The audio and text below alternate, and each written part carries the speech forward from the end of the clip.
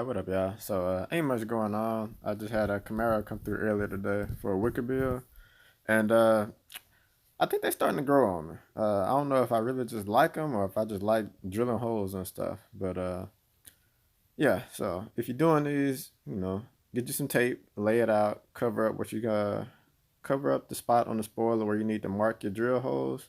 Just draw on it with a pencil, drill through it while the tape is still on there. Peel your tape off. That way you'll still have the paint, or everything will be fresh over there. You kind of lower your risk of messing some stuff up. But yeah, once you get all of that out, this kit actually came with a bunch of brackets.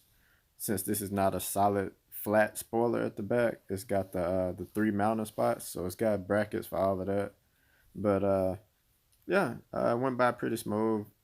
Make sure you get a rivet gun with metric tools, because this one I have the standard set and this one was metric. So make sure you get all of that, and then you should be straight. But pretty cool install though.